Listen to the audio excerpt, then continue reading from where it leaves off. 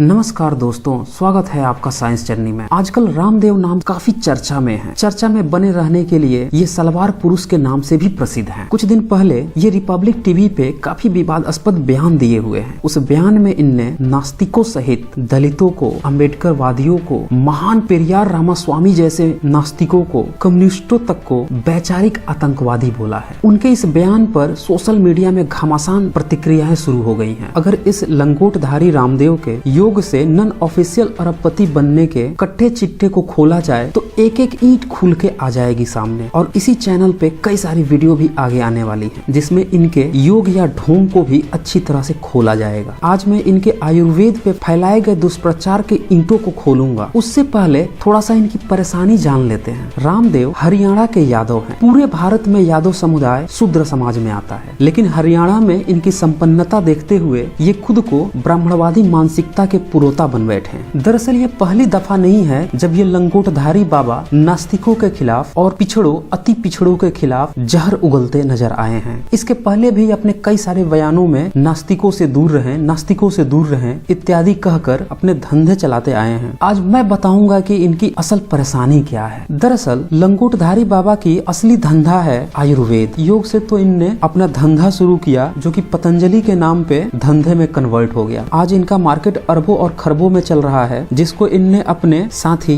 बालकृष्णन को सौंप रखा है। ये वही बालकृष्णन है जो दिन रात शाकाहारी और मांसाहार से दूर रह के रट्टे लगाते रहते हैं। इसमें ये लंगोटधारी बाबा भी हर जगह शाकाहार के उपदेश देते नजर आते हैं और ये कहते हुए ये लोग प्रचारित करते फिरते हैं कि आयुर्वेद के प्रोडक्ट खाओ, आयुर्वेद के प्रोडक्ट खाओ, पतंजलि के प्रोडक्ट खाओ, क्योंकि ये जड़ी बूटियों से बने हैं। इनमें किसी भी मांस, मछली, गुह, गोबर, किसी जानवर की टट्टी इत्यादि नहीं है। और उसी को ये स्वदेशी बताकर भारत की बहुजन जनता, जो कि 90% से भी ज्यादा है, को बेवकूफ बनाते नजर आए हैं। उन्हीं से पैसे ऐंठते रहे यह बताकर, और आज उन्हीं को ये दिन रात गाली देते हुए नजर आ रहे हैं। तो दोस्तों, इस वीडियो को आप अंतिम तक देखें। मैं दिखाऊंगा कि आयुर्वेद की जो थीम है, जो बेसिक कंसेप्ट है, उसी में ही न सिर्फ मांसाहार है बल्कि वो बातें लिखी हुई हैं जिससे कि आप सुनकर न सिर्फ चौंक जाएंगे बल्कि पूरे के पूरे आयुर्वेद को बहिष्कृत कर देंगे। दरअसल आयुर्वेद के बारे में धार्मिक धतूरों द्वारा फैलाया गया सबसे बड़ा दुष्प्रचार यह है कि आयुर्वेद में सिर्फ जड़ी बूटी इस्तेमाल होती है। आइए इस तथ्य की जांच करते हैं। सबसे पहले तो जैसे ही आयुर्वेद का नाम आता है, कुछ धार्मिक अफीमची यह प्रचारित करने लगते हैं वेद से निकला, वेद से निकला। और जैसे ही उनसे आप पूछ दो कि वेद के उन मंत्रों को तुम पेश करो जिसमें ये सारे आयुर्वेद के इलाज लिखे हुए हों, तो फिर वो पतली गली से निकल लेते हैं। फिर कुछ और निठल्ले आते हैं जिनको लगता है कि उनके बाप दादों ने ही आयुर्वेद को पैदा किया है। वो फिर दो चार अलग अलग नाम गिनाना शुरू करते हैं, जैसे चरक का नाम गिनाएंगे, फिर सुश्रुत का नाम गिनाएंगे, फिर इनको सीधे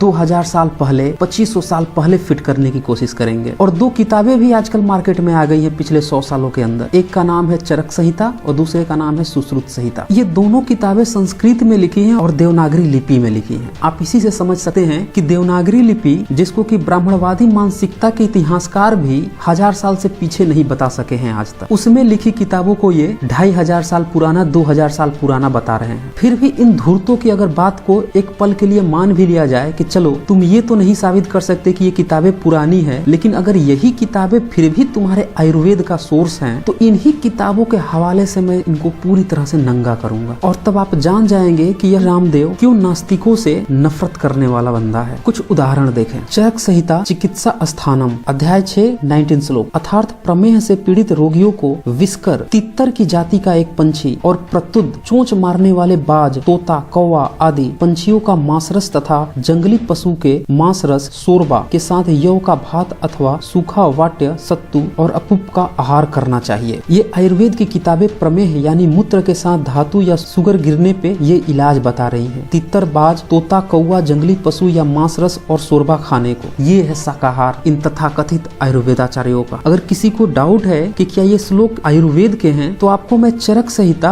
और सुश्रुत संहिता के 2 रेफरेंस बता रहा हूँ, उसे आप खोलें और खुद जांच करें। काशीनाथ शास्त्री की हिंदी व्याख्या सहित चरक संहिता 2004 में छपे 8वें संस्करण में देखें और सुश्रुत संहिता 1975 में छपे 5वें संस्करण संस्करण के 2002 में छपे 5वें पुनः मुद्रण का सुश्रुत संहिता अत्रि देव की लिखी हुई देखें। आइए कुछ और श्लोक आपको दिखाता हूँ। चरक संहिता अध्याय 8 66 श्लोक। अर्थात लवा, तीतर, मुर्गा और बटेर के मांस को घृत में पकाकर लवण, अम्ल, कटु रस से युक्त कर उनका गरम गरम रस यक्षमा के रोगियों को पीने को दे। अर्थात लवा आदि पंछियों के मांस को घी में पकाने के बाद सैंधव, लवण, नींबू का रस, मिर्च मिलाकर गर्म मांस रस पीने के लिए देना चाहिए। अब भारत में मुर्गा कब आया और चरक नाम का प्राणी कब था, इसी का मिलान कर लीजिए। संस्कृत और देवनागरी का तो हम लोग देख ही चुके हैं कि इसमें ये बुरी तरह फेल हो चुके हैं और इसमें तीतर, मुर्गा, बटेर भी खिला रहे हैं क्षय रोग यानी कि टीबी रोग के इलाज में। तथा कथित शाकाहार के पुरोता ये आयुर्वेदाचार्य। ये है इन धार्मिक धूर्तों के शाकाहार आयुर्वेद की सच्चाई। इसके अगले 2 श्लोक और देखें। अर्थात पीपर, जौ, कुत्थी, सौंठ, खट्टे अनारदाने का रस, आंवला इन द्रव्यों के साथ प्रचुर मात्रा में घृत साधित बकरे का मांस रस सोरबा पीना चाहिए। इस मांस रस के सेवन से पीनस यानी यक्षमा के 6 विकार शांत होते हैं। यहाँ पे शाकाहार के लाल भुजक्कड़ों ने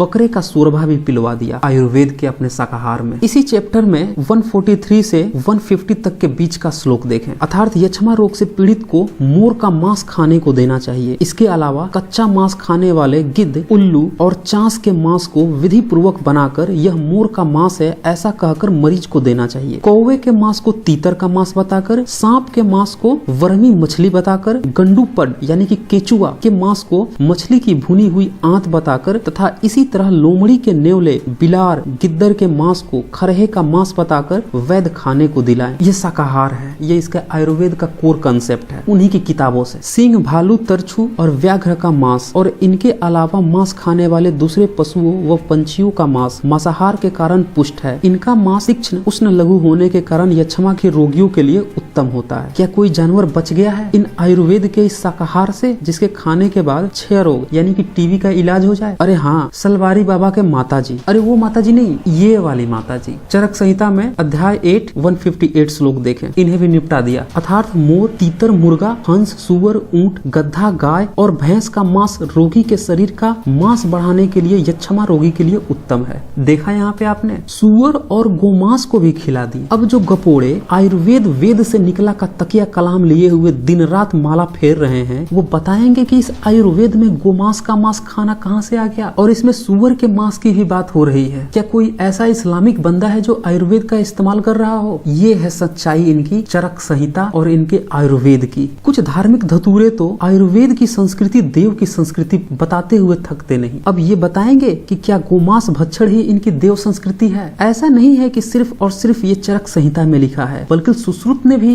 गोमांस खाने को जायज बता रखा है। सुश्रुत संहिता सूत्रास्थानम अध्याय 46 85 86 श्लोक देखें। अर्थात घोड़ा, खच्चर, गाय, गधा, ऊंट, बकरा, मेढ़ा, मेद, दूंबा आदि गायों के रहने के कारण ग्राम्य पशु कहलाते हैं। इनके मांस वातनाशक, शरीर वर्धक और कफपित करते हैं। मधुर रस, मधुर विपाक, अग्नि दीपक, भूख लगाने वाले और बलवर्धक हैं। और उसके बाद सुश्रुत संहिता में इन सारे जानवरों को एक एक करके इनकी उपयोगिता और रोगनाशक क्षमता का उल्लेख किया गया है। गोमांस पे यही नहीं रुकते। चरक संहिता अध्याय 27 79 से 88 श्लोक देखें। अर्थात गोमांस वात्यजनक रोगों, पीनस रोग, विषम ज्वर, सूखी खांसी, थकान, भस्मक रोग और मांसक्षयजन रोगों में हितकारी होता है। क्या यहाँ कोई वैदिक गपोड़ा बताएगा कि उसकी चरक संहिता और सुश्रुत संहिता किसने लिखा है? क्या ये भारतीय नहीं थे? जब इनके नाम पे यही किताबें प्रचारित की जा रही हैं और आयुर्वेद को वेद से निकला हुआ भी बताया जा रहा है, तो इसमें गोमांस भक्षण के साथ साथ सारे जीव जंतुओं के मांस भक्षण की बातें क्यों आ रही है? कोई देगा इसकी सफाई? क्या अब भी आप आयुर्वेद के प्रोडक्ट्स को खाना चाहेंगे? यहाँ सबसे ध्यान देने वाली बात है कि चरक ने पहले के कुछ श्लोकों में यह बताया कि वैसे जानवर जिनको देखकर लोगों को थोड़ा भय होता है, उनके नाम बदलकर उन्हें खिला दो। लेकिन गोमांस पे नाम बदलने की भी नहीं बात करते, बल्कि सीधे गोमांस खाने की ही बात इन्हें बताई है। इसका मतलब कि चरक और सुश्रुत दोनों ही सीधे तौर पे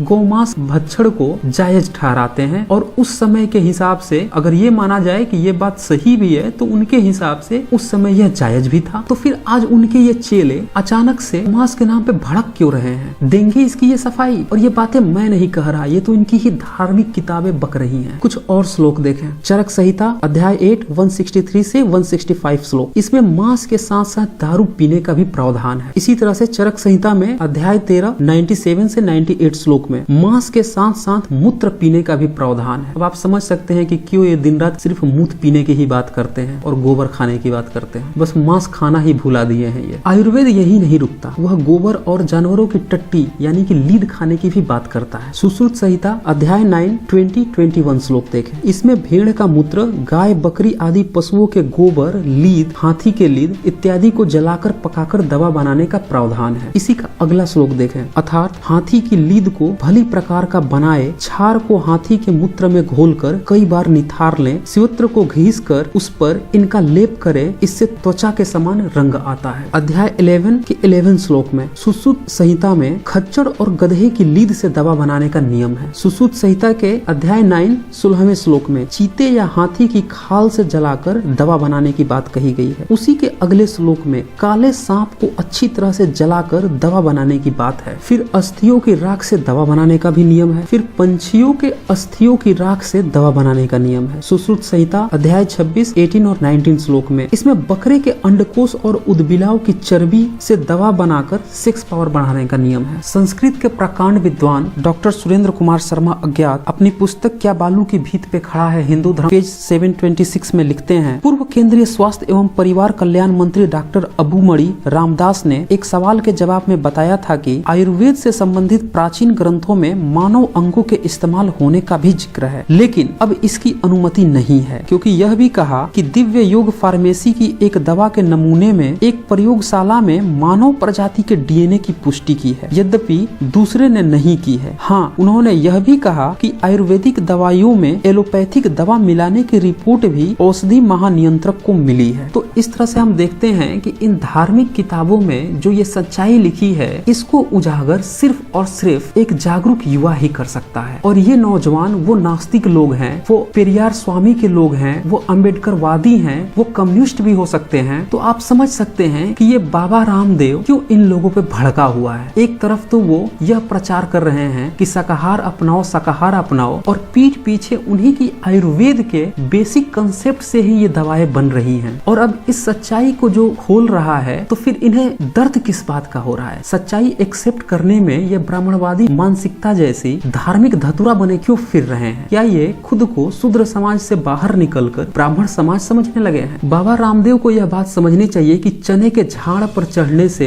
कोई आसमान पे नहीं चढ़ जाता। जिन सीढ़ियों पर चढ़कर ये ऊपर पहुंचे हैं उसमें इन्हीं भारतीयों की देन है, इन्हीं उन लोगों की देन है जो इनकी बातों को अब तक ध्यान से सुनते आए थे और सुन रहे थे। लेकिन मुझे नहीं लगता कि अब इनकी सच्चाई जानने के बाद कोई इन पे विश्वास भी कर पाएगा। जिन जड़ों से ये ऊपर उठ रहे हैं उन्हीं जड़ों को ये काटने की कोशिश कर रहे हैं। और जिन लोगों का पक्ष ले रहे हैं वो लोग कौन है? वो लोग हैं जो दिन रात लोगों को बेवकूफ बनाते हैं, बचे खुचे समय में जाकर मंदिर का घंटा हिलाते हैं। वो क्या जान पाएंगे कि इनके आयुर्वेद के पीछे की कहानी क्या है? क्योंकि उनमें से ज्यादा लोग शाकाहारी हैं तो शाकाहार शाकाहार कह के उन्हें ये अपने मांसाहार की गोटी पिला रहे हैं। और जब इनके सच्चाई की बात आ रही है तो ये फिर मुंह चिंघाड़ रहे हैं शूद्रों को और नास्तिकों को। तो दोस्तों आगे भी मैं कई और वीडियो लाऊंगा जिसमें इनके योग और आयुर्वेद की ईंट से ईंट खोल दी जाएगी। तो दोस्तों इस वीडियो को ज्यादा से ज्यादा शेयर करें ताकि सभी को पता चल सके कि आयुर्वेद शाकाहारी न होकर मांसाहार का है, जिसमें गोमांस, सुअर, गोबर, मूत्र, लीद, खाल आदि से बनता है। और इसको शाकाहार कह के ये सिर्फ दुष्प्रचार कर रहे हैं और लोगों को गुमराह कर रहे हैं। बाकी यह आपके ऊपर है कि आप अब इनके प्रोडक्ट को खरीदना चाहते हैं या नहीं। तो आज बस इतना ही, धन्यवाद।